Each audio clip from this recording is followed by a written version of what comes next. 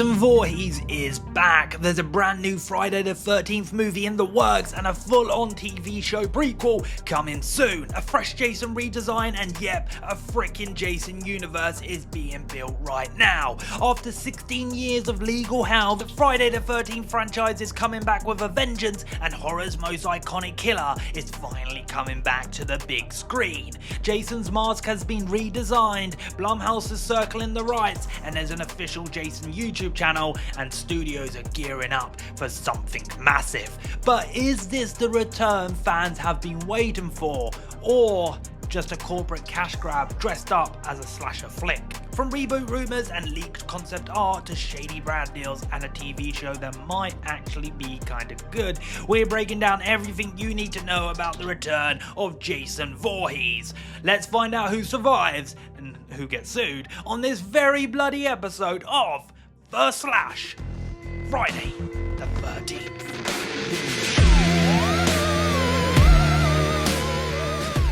Okay, so here's the TLDR on why Jason's been missing for over a decade. It's simple but very, very messy. Basically, there was a massive legal battle over who owns the rights to Friday the 13th. The original screenwriter Victor Miller and the original producer Sean Cunningham spent years in court fighting over the copyright, and the whole franchise got stuck in a legal limbo. Eventually, a court ruled that Victor Miller owned the rights to the original screenplay and Sean Cunningham owns the rights to the adult version of Jason. And because no one was working together, no one could kind of get anything made. So yeah, that's why this franchise vanished. But now, that's finally changed. Yes, after 14 years of dormancy, the series is officially set to return to the screen in the form of a Peacock streaming show titled Crystal Lake, described as an expanded prequel. It's hard to believe, but actual new Friday the 13th media is being filmed at the moment, and we actually have real behind the scenes images of it. Titled Crystal Lake, this is being made by Peacock and the indie horror gods at A24. Yeah, the same studio that brought us Hereditary, Midsummer, Talk to Me, The Witch, and pretty much every other horror movie that ruined your sleep cycle since 2015. I mean, come on, even the most cynical onlookers must get somewhat excited about that prospect, right? The series is being billed as a prequel to the original Friday the 13th, which yeah, means no full-grown Jason just yet. But we are gonna get another horror icon, Pamela Voorhees. That's right, Mama is coming to play, and she's probably the character we know the most about at this early stage. Oscar-nominated actress Linda Cardellini has been cast in the role, which honestly is perfect casting. What perhaps is even juicier though is what we've learned about her character's origins. A character breakdown reveals that this version of Pamela is a mother who has given up her singing career to raise a special needs child. I mean, this could perhaps be the most psychological the Friday the 13th franchise has ever gone. Come on, you know this is First Slash and we want to give you the juiciest scoop, so we've had to come back and rewrite this video so many times, and one of the first rewrites we had to do with the fact that Jason Voorhees himself has been cast. That's right, just days ago we found out that Callum Vincent would be playing the most iconic horror villain of all time. So yeah, sure, this kid's probably not going to be repping the iconic hockey mask and machete just yet, but what it does indicate is we're going to see a very early origin of Jason, and more so, this isn't going to be a blink and you'll miss it drowning cameo. I actually remember before the original showrunner left the project, he originally teased that this show might feature multiple manifestations of Jason,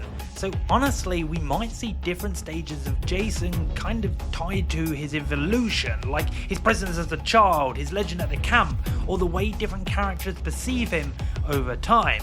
I mean, heck, if we get enough of this show, a good couple of seasons, we might even get full-on iconic adult Jason. And look, I know you can't really trust a network to keep greenlighting shows. And look, how many of us have invested time into a show only for it to be cancelled? It's a tale as old as streaming time, but here's the thing. The showrunner has already said he's pitched a story all the way up to season 4. And look, I know, especially as a Friday the 13th fan, that might be hard to believe, but after all, how long have we waited for a proper new story? But look, if you needed more convincing, perhaps the fact that the showrunner has also said that Peacock would incur a hefty penalty if they don't greenlight season 2 might help you out a little bit. After what seems like a lifetime, this all sounds like a pretty interesting direction. I'm actually really down to see Pamela in the main role and her unraveling, and I also think that the series is going to recontextualize much of the OG film series. I think we're going to all be walking away looking at Jason in a much different way.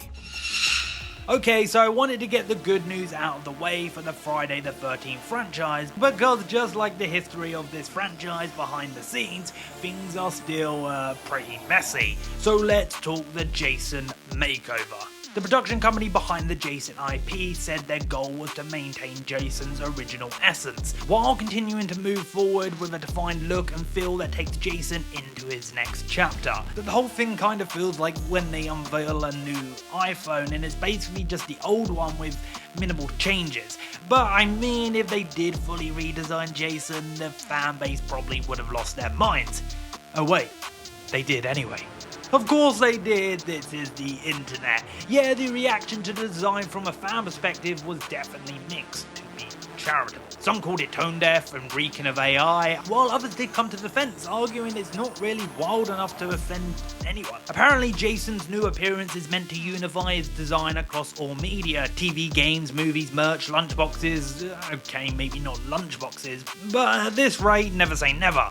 It's a corporate strategy, a multi-platform brand relaunch, so if he pops up as an adult in movies or TV shows, this is probably how he's gonna look. But the central message that they're going for here is brand iconography. Think of it like when Pringles changed Mr. P. It's all part of the broader Jason universe. Yeah, Jason universe, you heard me right. And no, don't worry, this isn't some kind of MCU multiverse, well, at least, yeah. This is the name of the brand, the corporate umbrella, and this redesign is an attempt to lock in consistent branding. What I do find somewhat troubling about the whole thing is that beyond the question of why did we really need to do this, is that honestly, the redesign has no justification.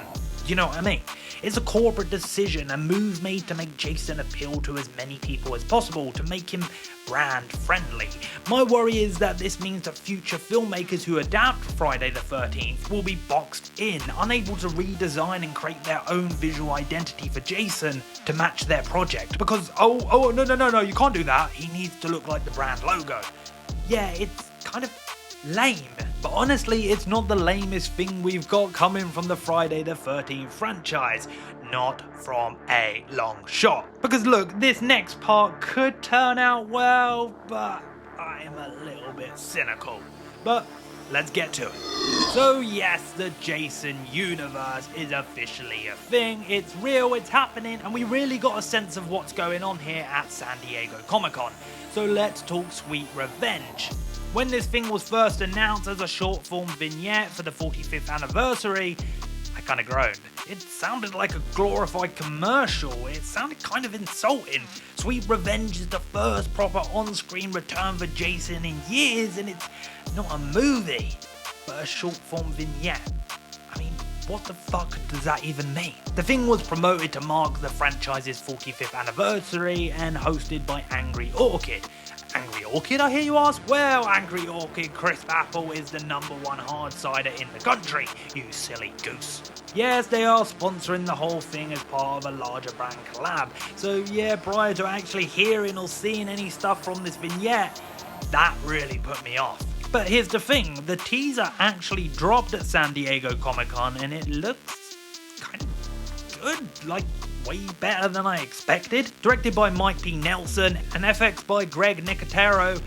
And yes, Jason is back in full bloody form. The kills look pretty brutal, the mood feels right, and the redesigned mask, it kind of looks way better in motion than it did in the promo stills. And this vignette doesn't look like it's just going to be a promo gimmick, a 60-second ad. It looks like a proper 13-minute short film made by people who clearly love this franchise. And more importantly, it's not the only thing coming, because I can't believe I'm saying this, but we're actually getting a proper movie. Okay, wow, how much is there to cover on such a dormant franchise? It's kinda nuts. And somehow we've only just arrived at the section where we discuss what the hell is going on with a proper Friday the 13th movie. Dude, how long have we heard rumours about this? I mean, back in 2018 there were rumours of a reboot from producer Roy Lee, and oh shit, does anybody remember in 2022 when Sean Cunningham stated there would be a brand new entry releasing in 2023? Yeah, that kind of all just came and went. Huh? But somehow we finally arrived at the part where I get to say these words. There's a new Friday the 13th movie in development. Officially. For real this time. At San Diego Comic-Con 2025, the rights holders behind the Jason IP, Horror Inc., straight up confirmed it. It's not a leak, it's not a maybe, it's happening. After 16 years of nothing but lawsuits, rumours, and Sean Cunningham throwing spaghetti at a reboot wall, it's actually real. Horror Inc.'s Vice President Robbie Barsenham said, I can tell you that a new sequel movie and a new sequel game are at the top of our list. It's where most of our energy is going right now. And I can tell you finally we're in a position to deliver on that. And so while we're not officially announcing with our partners today, both are coming. So they're both in the works. So yeah, in one panel we went from Jason's probably stuck in rights purgatory forever to here's a short film, here's a movie, here's a TV series, and oh, you can have a video game as well. Like, what is going on? So does this corporate branding still make me nervous? Sure, they've created a whole umbrella called the Jason Universe, and Jason's look is now apparently standardized across all media. That screams brand strategy more than creative freedom, but hey, look, I'll take Jason in his brand-friendly mask if it means we actually get new content after 16 years of nothing. And look, that's honestly all we know about the movie at this point, so if we wanted to start imagining what this thing could look like and who will be attached, we're gonna need to head into more speculative territory. And look, anyone who follows the horror moviescape will know that the most likely outcome will be that Jason will resurrect Jason. Yeah, that's right, Jason Blum, the main man over at Blumhouse that's been out here practically foaming at the mouth for a shot at the Friday the 13th franchise. Yeah, Jason Blum has been very public about wanting to make a Friday the 13th movie, saying Friday the 13th is not a Blumhouse project, but I'm trying to will it into being one. It's just a piece of IP that I've always loved. Oh, Jason Blum, I love you describing it as IP. It fills me with so much optimism, so much hope, because perhaps you'll look at Jason the same way you did Megan. Well, too soon. Honestly, I think there may be some smoke to the fire with Blumhouse. Heck, does anyone else find it suspicious that the Jason Universe Twitter even tagged Blumhouse ahead of the panel? I mean, Jason Blum didn't actually show up, but Horror Inc. later hinted that they're open to partnering with studios. So yeah, the Blumhouse thing might be in play. But look, nothing's confirmed, nothing's official in regards to who will actually bring this movie to life. But if I were a betting man, I'd put money on Blumhouse. Oh my goodness, what an absolute mammoth episode of First Slash, right? Yeah, it wouldn't be a proper episode without us getting creative and jumping into our pitches for the future of this franchise. So yeah, we've had 16 long years to dream up what comes next from this franchise, and after a lot of research and a few of my own cheeky pitches, here's what I would do with a Friday the 13th movie, Jason, and yes, even the Jason universe next. A legacy sequel. If I had the keys to the kingdom, would I make a proper legacy sequel? Probably not. I'll tell you what I'd do with this franchise in just a minute, but here's the thing, I do think this is direction the studios will want to go in. I mean, look at Halloween. Heck, even I Know What You Did Last Summer went legacy. If you're looking to do something with a classic horror IP, then yeah, this is kind of where Hollywood wants to start nowadays. But you have to draw the line in the sand somewhere, right? The timeline is notoriously messy, so my pitch would be to bring back Tommy Jarvis and make him the anchor. Corey Feldman has even campaigned in the past to play an older version of Tommy, returning to take on Jason one last time. A legacy sequel that pits them together, older, more broken, more haunted, that's your emotional hook. Just don't overthink it, give fans closure they've wanted since the 80s if you do this direction. A warning to Blumhouse. So in this very video we've talked about Blumhouse possibly being the saving grace for the new Friday the 13th movie, and honestly I think they're the most likely studio to make it happen. And look, to be clear, they're not officially attached, but if they were, I would still be a little nervous. See, Blumhouse used to be the little studio that could, the indie distributor, the place where weird, risky horror films actually got made, and now they're the New York Yankees. They play it safe, big budget, safe bets, huge IPs, and sometimes the results just don't hit. Look at what happened to Megan 2.0. The bite was gone, and FNAF? I mean, the biggest complaint about that from fans was it just wasn't scary. So yeah, if Blumhouse does get Jason and just sanitizes him to sell more tickets, if they just turn him into an action figure instead of a slasher icon, that would be a huge miss. So Jason Blum, don't play this one safe. Give us horror, not branding. A standalone movie. Alright, so if I had total control, this is what I'd greenlight. A complete standalone Friday the 13th movie. No legacy characters. Just a mean, simple, creative slasher. I'd give a writer total freedom to go nuts with an original idea, maybe even say it somewhere new, because for years, yeah, fans have been dreaming of Jason in the snow. I mean, picture it, Crystal Lake in the off-season, campers stranded in a snowstorm, Jason's mask glinting through flurries as he stalks across a frozen lake. I mean, one version of the unmade 2009 sequel even opened up with the hockey game in winter, where Jason actually gets his mask by killing a player mid-match. Honestly, just go nuts with the visual language, gore in the snow, frostbitten cabins, ice pick kills. You don't need loads and loads of lore for that to slap. Just make it good. Look, I mean, Sweet Revenge already kind of teases Jason in the autumn woods. Just give it a few snowflakes and we're basically there. Because here's the thing, we all know who Jason is. We don't need to be spoon-fed his story anymore. The mask is the brand, and a good standalone slasher would go down like a goddamn campfire. Classic.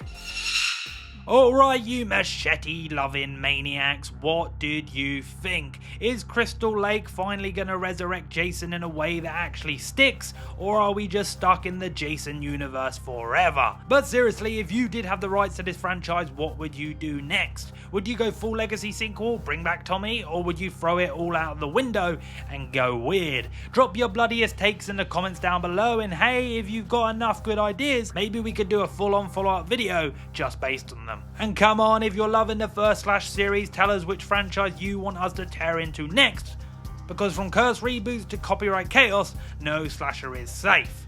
I've been Connor for Oddly Horrific, and I'll see you at camp.